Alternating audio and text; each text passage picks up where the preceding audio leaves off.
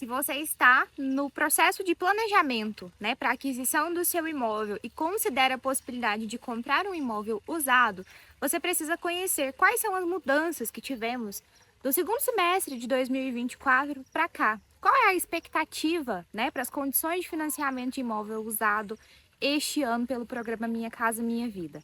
Qual é o cenário, né? O que facilitou? O que dificultou? E será que continua sendo a melhor opção? O meu nome é Gabriela, sou corretora de imóveis e nesse vídeo eu vou responder todas essas perguntas.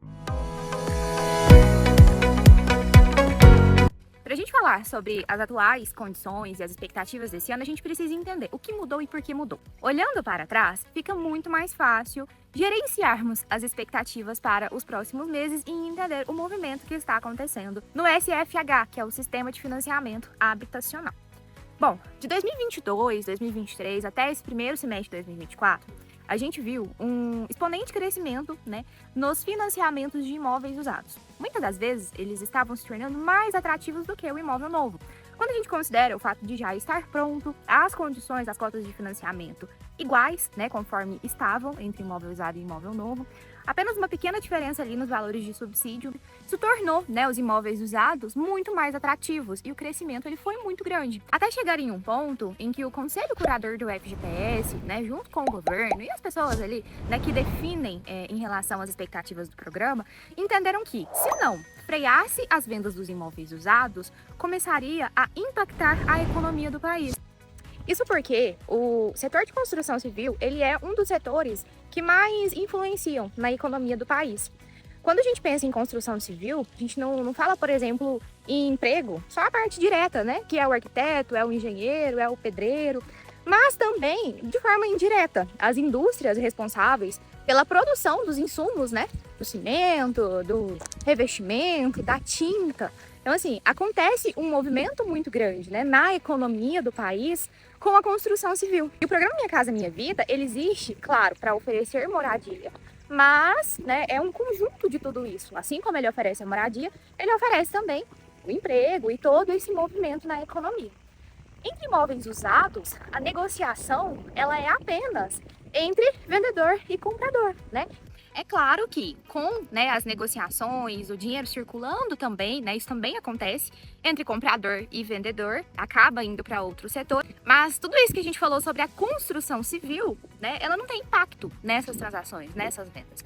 Então eles reuniram e entenderam que precisamos, fechar a torneira para imóveis usados. E aí hoje a gente tem as condições muito mais facilitadas, a cota de financiamento muito menos impactada quando a gente pensa nos imóveis novos. E a redução da cota de financiamento, ela impacta diretamente na entrada, ela impacta diretamente no recurso inicial que o cliente vai, né, precisar ali descapitalizar, que ele vai precisar investir para poder fazer essa aquisição. Além de tudo o que eu falei aqui, só para concluir essa parte, né, de o quanto o governo, né, o país prefere, né, essa movimentação dos imóveis novos, muito mais que os imóveis usados, existe ali também, né, toda a parte de impostos que é arrecadado na construção de um imóvel. Existe também a questão do crescimento do PIB, que é a construção de novos imóveis contribui. Quando a gente pensa nas mudanças, né, do programa, dessa linha de financiamento Minha Casa Minha Vida para imóvel usado, o principal impacto ele foi na faixa 3, que é para imóveis que antes eram de até 350 mil. Isso reduziu, isso caiu para até 270 mil, tá? O valor máximo de imóvel. Então, imóveis melhores, que eram mais procurados e que estavam vendendo muito, né? Agora, se ele está acima de 270 mil, já fica muito mais difícil uma negociação, porque ele não vai enquadrar ali no programa Minha Casa Minha Vida, na faixa 3, conforme enquadrava antes. Então, hoje nós temos 270 mil, o valor do imóvel máximo. E para clientes com renda acima de 4.400, de novo, aqueles clientes que enquadram nessa faixa, na faixa 3, a gente tem uma redução na cota de financiamento no Sul e no Sudeste de 80% para 50% do valor do imóvel. Isso quer dizer que se você quer comprar um imóvel de 270 mil, né, que é o valor máximo que ele, né, pode ter para ser financiado pelo Minha Casa Minha Vida, você vai conseguir 135 de financiamento e precisar entrar com 135 mil de entrada. Será que isso é interessante? Aqui, eu, enquanto corretora, tive vários clientes que precisei redirecioná-los para, né, imóvel novo, para outra opção de imóvel, porque essa alteração inviabilizou a compra.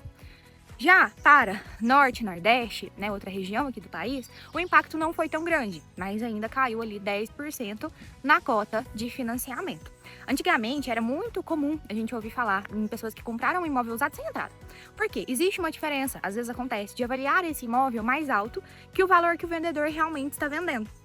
Como a Caixa financiava ali até 80% do valor da avaliação, às vezes era suficiente para cobrir o valor de venda. Então tiveram clientes que conseguiram comprar sem entrada, com parcelas mais baixas.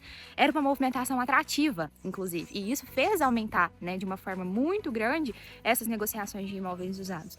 E aí hoje isso já não é possível mais. Além das despesas com documentação, que no caso de um imóvel usado não existe, né, a possibilidade de negociação, de parcelamento, de conseguir a documentação grátis, por quê? É você, por exemplo, que está vendendo um imóvel para mim. Né? Eu preciso arcar, você não vai tirar da sua parte do valor do seu imóvel para poder, né, organizar a minha documentação. Então eu preciso, o comprador ele precisa ter disponíveis, né, esses valores para poder fazer toda a parte documentacional. E aí tem taxas de contratação, né, no banco, tem as taxas de prefeitura, ITBI, tem o cartório, o registro do imóvel. A gente fala que hoje a documentação ela fica em torno de 5% do valor do imóvel para quem está adquirindo o primeiro imóvel. Esse valor ele pode ser um pouco maior se você já tem um imóvel no nome, porque nesse caso você não tem o desconto de 50% no cartório. Então agora, além da documentação que você já teria que pagar de toda forma, antes tinha também, né, o valor de entrada, ele ficou maior. A sua organização financeira para o seu investimento inicial, ele vai ser muito maior, que seria, né, há um tempo atrás aí, até julho de 2024, era possível fazer uma contratação com a cota de financiamento mais alta. Além disso, de todo o orçamento previsto, né, para o financiamento habitacional para 2025, um percentual muito pequeno, que é em média 12%, está destinado para imóveis usados. Isso, né, valida a informação que eu passei, de que não é o principal objetivo, não é o foco e não é a ideia emprestar mais para essa linha de financiamento. Ter um recurso tão escasso ou tão pequeno destinado para isso vai impactar nas aprovações e na liberação de reserva. Às vezes, se você vai assinar o contrato de compra e venda com o vendedor, vai entrar numa fila de reserva que vai ser muito devagar.